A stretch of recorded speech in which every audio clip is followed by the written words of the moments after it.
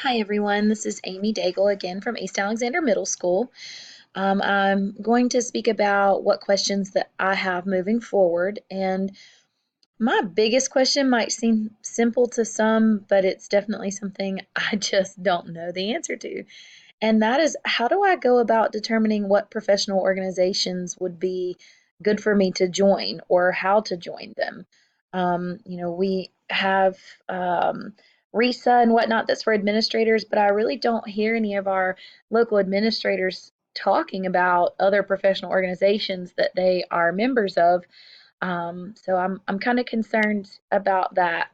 Another question that I have, and we're probably only supposed to do one, but I'm going to do two, is how how do I manage the loneliness? And again, that sounds kind of crazy too, but ultimately, when you're in administration, something I underestimated, now that I'm in it, is you can't really talk to anybody. You're essentially the person that is evaluating everyone.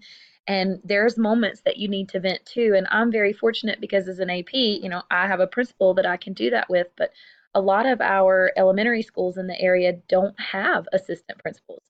So if I were to get a leadership or a principalship in one of those elementaries, how do I handle the loneliness? Who do I talk to? Who do I vent to? Because ultimately, for my own mental health and just for sound reasoning, because two brains are usually always better than one, who is that? Is it a district member?